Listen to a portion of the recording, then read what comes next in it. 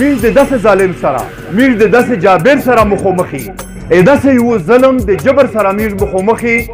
نن نه دا اوله واقعه نه دو دا اول ځل نه ده تیرې شلې کولې نه دا ظلم دا جبر دا د وینې بیاول دا د مشرونو د زونونو مریې پرې کول یو وخت نه میږ د دغې سره مخامخي میږ تو سه مظلوم حال کی میږ تو سه بېوسه حال کی خو په خپل اتفاق او په اتحاد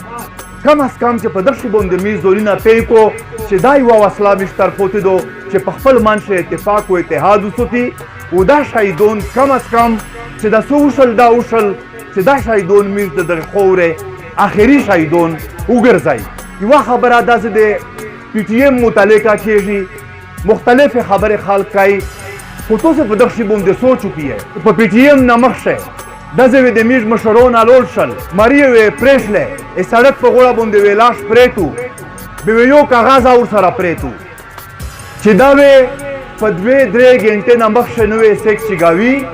او نوې سیک دغې ته جنازه ورکوي ورسون وې بېوسه ورسره نوست وي ګړي ته وې کتل چې ټیم کله پیره کېږي چې میږ د خپل شهیدون خاورې ته وسپري خو پی ټي ایم نه بعد دا بدلین دا سیکا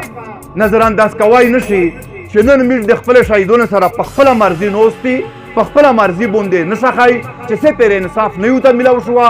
اختیار دا میږ د پی ټي ایم د قوم ته ورکړه ده بې اختیار میږ خپلې زونې ته یې ډېرې قرباني نه بعد په درې کولش حاصل کړ چې نن میږ د خپلې شهیدونو سره په خپله مرضي نوستي چې څه پرې د میږ مطالبې حل شوې نه یې ښه ښایي دا فرق صرف تو سے محسوس کیے چې په پی ټي ایم نه مخکې څه حالات وو میږ د مشرونو د شهیدونو د زونونو سره چې کله وې دې شهیدون شل ونن کې حالات ته کم از کم چې دا میږ غنیمت وګڼي او په دا نه مخکې یو قدم تیر شي چې دا د مریې پرې کول دا د زونونو په وینې لمبول چې دا په دغه باندې بس شي او د وطن ته د امن او د سولې ژوند روشي